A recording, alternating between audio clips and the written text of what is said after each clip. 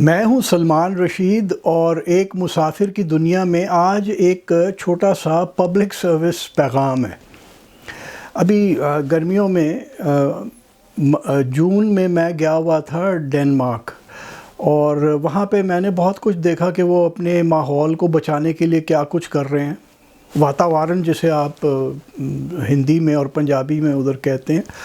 تو میں بڑا متاثر ہو کے آیا کہ وہ لوگ جن کا کاربن فٹ پرنٹ بڑا تھا، یعنی یورپ کا، کیونکہ انڈسٹری اور مشینیں زیادہ چل رہی ہیں وہاں پہ، تو ان کا کاربن فٹ پرنٹ بڑا تھا، اور انہوں نے اپنی ذمہ داری کو اب سمجھ لیا ہے، اور وہ لوگ اب اس دنیا کو بچانے کی کوشش میں لگے ہوئے ہیں۔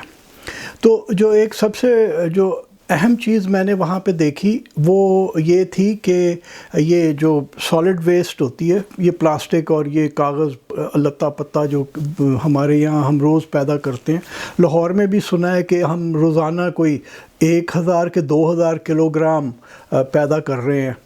تو وہاں پہ کوپن ہیگن میں جو ہے ایک فیکٹری سی لگی ہوئی، اسے کوپن ہل کہتے ہیں۔ اس میں سے ہر وقت ایک اوپر پلوم دھوئیں کی نکل رہی ہوتی ہے، جو مجھے بتایا گیا کہ وہ دھواں نہیں ہے، وہ 100% 100% پیور ہوا یا آکسیجن ہے۔ اور وہ فیکٹری کر کیا رہی ہے کہ وہ جو جتنا کوڑا ہے اس کو لے کے وہاں پہ بجلی بنا رہے ہیں اس سے۔ یہ کوئی 100% ایکو فرینڈلی حل نہیں ہے کہ آپ کوڑے سے بجلی بنائیں۔ اس میں یہ ہے کہ کہا جاتا ہے کہ جی آپ اپنا کوڑے کا جو پیداوار ہے وہ کم کر دیں، آپ کم استعمال کر دیں۔ ایک آپ کو مثال دیتا جاؤں کہ کوئی 5 سال پہلے میں نے گھر سے اپنا کپڑے کا تھیلا لے جانا شروع کر دیا۔ جب بھی کچھ لینے جاتا تھا تو میں اس میں ڈلواتا تھا۔ یہ کوئی 2 سال پہلے جب بڑا رولا رپا پڑ گیا نا کہ جی پلاسٹک بند یہ وہ، اور دکانوں نے جو کہ اچھے آؤٹ لیٹس تھے انہوں نے وہ کپڑے کے یا کاغذ کے لفافے بنانے شروع کر دیے اور اس میں آپ کو سودا دیتے۔ تو میرا جو سبزی والا ہے وہ ایک دن مجھے کہتا ہے تسی تے بڑے وریاں تو تسی یہ ورت رہے ہو کپڑے والا، تانوں کداں پتہ لگا سی کہ ہونا ہے کام؟ تو میں نے کہا بھائی جان ذرا تھوڑی کھوپڑی استعمال کرنی چاہیے، یہ دیکھ لیں آپ ہم نے کیا کیا ہے اپنے یہاں پہ۔ تو ڈنمارک میں وہ ایک تو یہ ہے کہ وہ کوپن ہیگن میں وہ جو کوڑا ہے وہ روزانہ اس کو لے جا کے اس سے بجلی بنا دیتے ہیں۔ اور جیسے میں نے پہلے کہا کہ وہ کوئی آئیڈیل حل نہیں ہے، سب سے بہتر تو وہ وہاں پہ بھی ہمیں بتا رہے تھے کہ ریڈیوس کریں اور ری سائیکل کریں، اور اسے ایسی کوئی چیز استعمال کریں کہ جو واپس دھرتی میں جائے، زمین میں جائے اور وہ اس سے گھل مل جائے۔ پلاسٹک تو سنا ہے ہزار سال سے زیادہ بھی اگر دبا رہے تو وہ پورے طور پہ ڈس انٹیگریٹ نہیں ہوتا، اور پھر بھی وہ زمین میں اپنا زہر چھوڑ جاتا ہے۔ یہ دیکھیے، یہ میں 2 ڈبے لے کے آیا ہوں، یہ پانی کے ڈبے ہیں۔ ہمارے یہاں تو پلاسٹک کی بوتلوں میں پانی ملتا ہے نا، یہ پانی کے ڈبے ہیں جو کہ میں نے کوپن ہیگن سے لیے، اور اس کے اوپر لکھا ہے this is 100% Danish tap water in a 94.7% plant based cotton with a plant based cap fully recyclable. یہ بھی جو ٹوپی ہے اس کی یہ پلاسٹک کی نہیں ہے، یہ سارا کچھ پلانٹ بیسڈ ہے، گھاس پھوس ٹہنی کسی سے اس کو پروسیس کر کے یہ گتے کا لگتا ہے، ڈبہ بنایا گیا ہے، اور یہ 100% ریسائیکل ہو سکتا ہے۔ اگر آپ اس کو زمین میں دفنا دیں گے نا تو کچھ سال بعد یہ گھل جائے گا اور کوئی یہ زہر بھی نہیں چھوڑے گا۔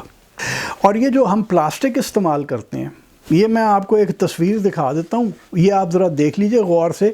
یہ جو ہمارا جسے ہم ستو کرلا نالا کہتے ہیں، اصل میں یہ ہڈیارہ ندی تھی، اور یہ وہاں سے انڈیا سے آتی ہے۔ ہڈیارہ جو آبادی ہے، گاؤں شہر ہے اب تو، ہڈیارہ سے کے قریب سے گزر کے آتی ہے، اور یہ 1975-80 تک یہ ایک صاف ستھری ندی تھی۔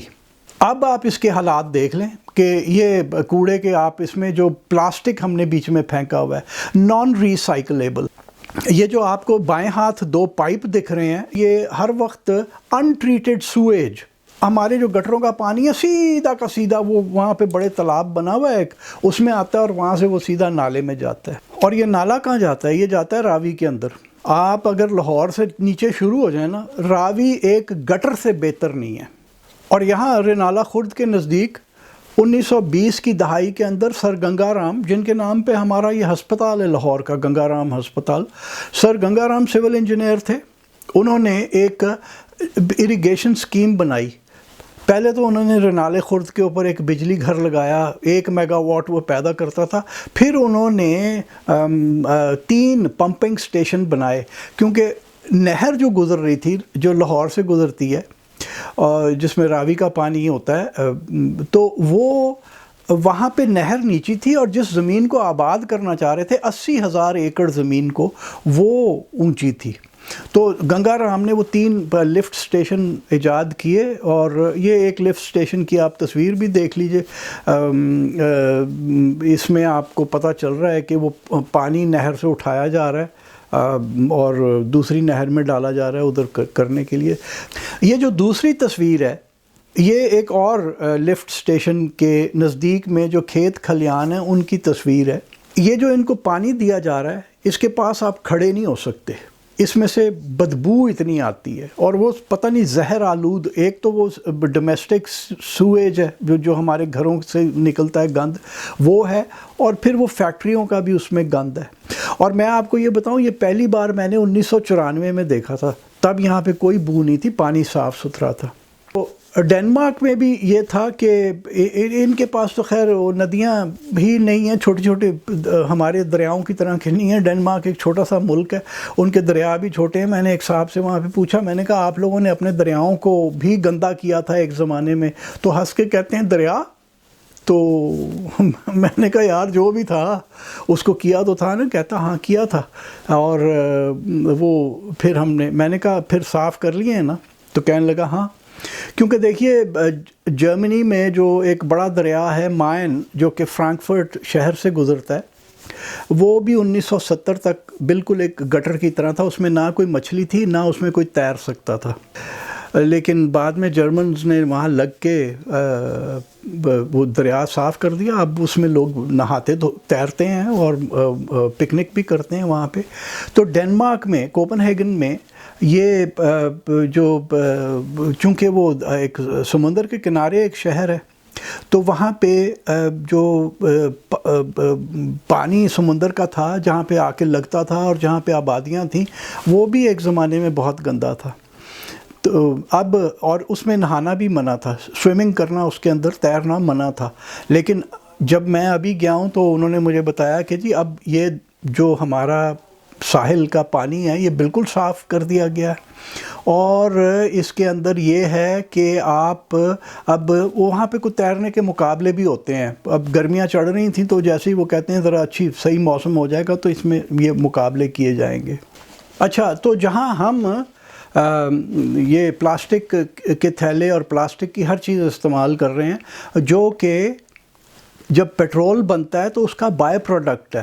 جب تک کہ ہم نے تیل ایجاد نہیں کیا تھا ہمیں پلاسٹک کا نہیں پتہ تھا، یہ اس کا ایک بائی پروڈکٹ ہے، تو ہم وہ استعمال کر رہے ہیں۔ اور یہ جو ہم نے ہڈیارہ ندی کے ساتھ آپ دیکھ رہے ہیں اس تصویر کے اندر جو گند ڈالا ہوا ہے، جو کہ بایو ڈیگریڈیبل نہیں ہے، اس نے ختم نہیں ہونا، یہ ہزاروں سال اسی طرح رہے گا، اور ہم یہ کر رہے ہیں۔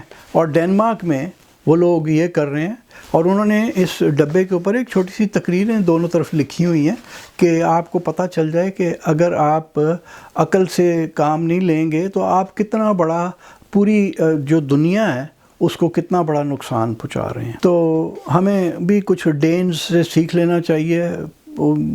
ہم وہ بہانہ اب کرنا چھوڑ دیں کہ جی انہوں کو پیسہ بڑا ہے ساڈے کول نہیں ہے، بھائی انہوں نے بنا لیا ہے، آپ صرف ان سے پوچھ لیں کہ بہن سان بھی دس جو کی کرنا ہے، تو یہ ہم کر سکتے ہیں۔